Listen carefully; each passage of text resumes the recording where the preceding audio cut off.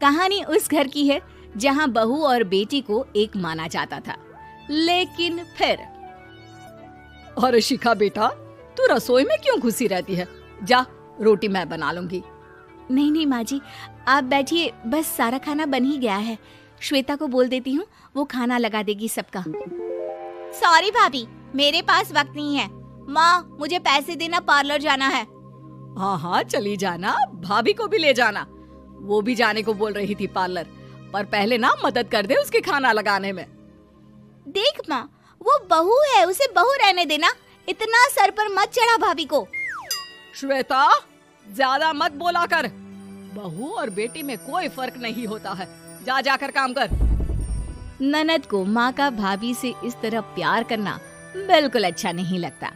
वो बार बार किसी न किसी तरह माँ को भाभी के खिलाफ भड़काती रहती, लेकिन कोई फायदा ना होता।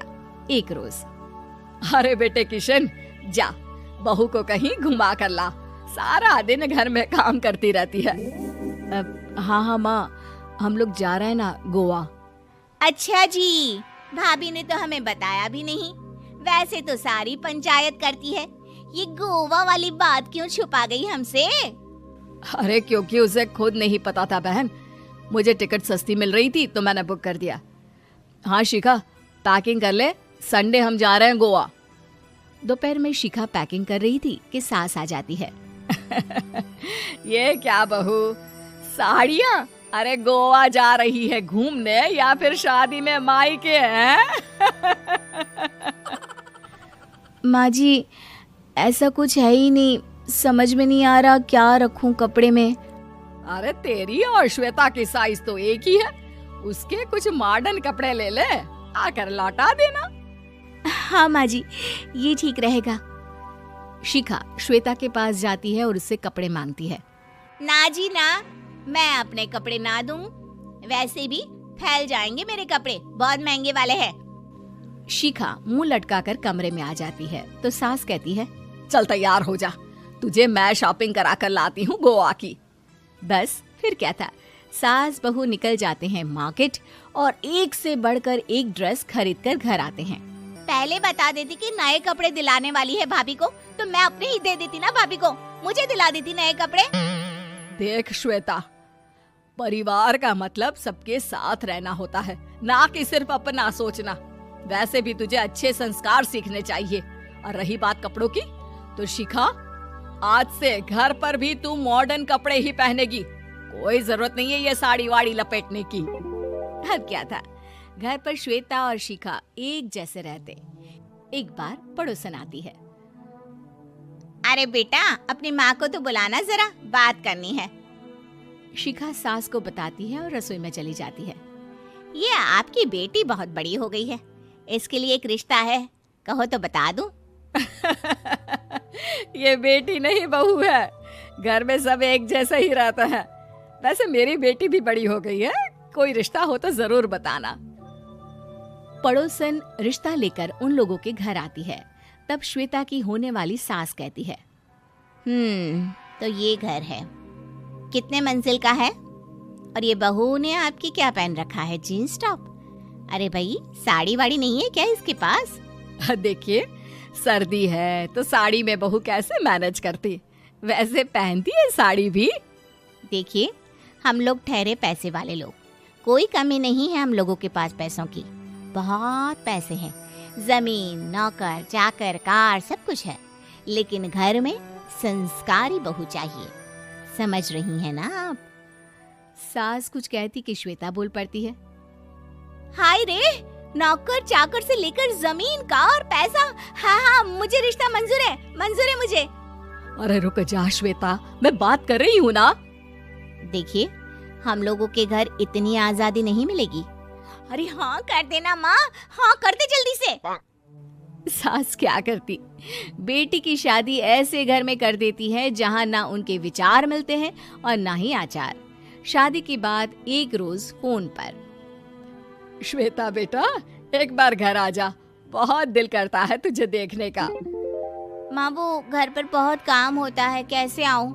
बड़ा घर है, लेकिन आने जाने वालों की लाइन ही लगी रहती है। बेटा, मैं तो जानती थी उस घर का हाल। लेकिन तू ही नहीं मान रही थी। माँ देख, हर घर का यही हाल है।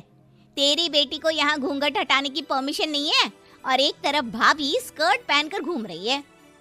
बेटा, मुझे क्या पता था कि मेरी बेटी को ससुराल के नाम पर पिंजरा मिल जाएगा। अच्छा माँ, फोन रखती हूँ, सास को गर्मा गर्म रोटी खिलानी है। तुम लोगों की तरह नहीं कि एक रोटी बनाओ, एक सब्जी बनाओ, फिर सारा दिन फ्री होकर घूमो। सास फोन तो रख देती है, लेकिन सोच में पड़ जाती है कि एक तरफ बेटी जिसे कोई आजादी नहीं, वहीं दूसरी तरफ बहू जिसे देखकर लगता ही नहीं कि उसकी शादी भी हुई है। अगले रोज। शिखा, अरे ओ शिखा। हाँ माँ, क्या हुआ? कुछ चाहिए आपको? मैं जिम जा रही थी। जिम के कपड़ों में बहू को देखकर सास को घूंघट में अपनी बेटी का ख्याल आता है। देख बहू, घर में बहू की तरह रहा कर। इतने टाइट कपड़े पहनकर जिम जाना पसंद नहीं मुझे। जा जाकर रोटी बना। रोटी? माँ, अभी तो शाम के 6 बजे हैं, इस वक्त रोटी? अब क्या मेरे खाने पीने पर भी पहरा है? अरे जब मर्जी तब मैं अपने घर में खा भी नहीं सकती क्या? बहू को अजीब लगता है। वो समझ नहीं पाती कि जो सास कल तक इतनी सपोर्टिव थी, उन्हें अचानक से क्या हो गया। वो किचन में जाती है, गरम रोटी के साथ 2 तरह की सब्जी, रायता, सलाद सब लेकर सास के पास आती है। माँ जी, खाना। इतना सारा खाना? राक्षस समझा है क्या मुझे? रोटी मांगी थी मैंने गर्मा गर्म बस। पर माँ जी, रोटी खाती किससे आप? सब्जी तो बनानी थी ना। अरे भूख मर गई मेरी तेरी बहस से। जा जाकर काम कर, अंदर पूरी रसोई साफ कर। बहू अंदर चली जाती है। थोड़ी देर में श्वेता घर आती है। अरे शिखा, जल्दी से चाय ला, पकवान बना, मेरी बेटी आई है। अरे नहीं नहीं माँ, ड्राइवर बाहर खड़ा है। मैं तो घर का कोई सामान खरीदने के बहाने यहाँ आ गई हूँ, मुझे जाना होगा। अरे बेटा, पर कितने दिनों बाद देख रही हूँ तुझे। रहने आ जाना 2-4 दिन के लिए। आ जाऊंगी माँ, जब मेरी सास मरेगी तब। मैं तो रोज मन्नत मानती हूँ कि मेरी सास मर जाए तो अच्छा है। अच्छा चल, जा रही हूँ माँ। हे भगवान, कैसे कैसे दिन देखने पड़ रहे हैं मेरी बेटी को। सास अंदर जाती है, जहाँ श्वेता की जिम वाली सहेली का फोन आया होता है। क्या बात है, आज जिम नहीं आई? अरे पता नहीं यार, आज माँ को क्या हो गया अचानक। पर खैर कोई नहीं, लगता नहीं कि मैं अब जिम आ पाऊंगी। शिखा स्पीकर पर बात कर रही थी, जिसे सास सुन रही थी। यार, ये सास ना होती ही ऐसी है। मैं तो कहती हूँ बुढ़िया जल्दी मरे और तू आराम से जिए। शिखा को सहेली की बात पर गुस्सा आ जाता है। माँ के मरने की कौन सा बच्चा दुआ मांगता है मोहिनी? आगे से ऐसी बात मेरे सामने मत करना। हमारे घर की शोभा ही माँ है। क्या हुआ जो थोड़ी सख्ती दिखा रही है? उसमें भी कोई ना कोई उनकी भलाई ही होगी।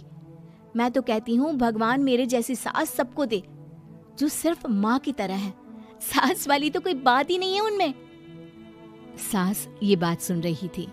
उनकी आंख में आंसू आ जाते हैं कि क्यों वो बेटी की किस्मत में बहू को भी भागीदार बना रही थी।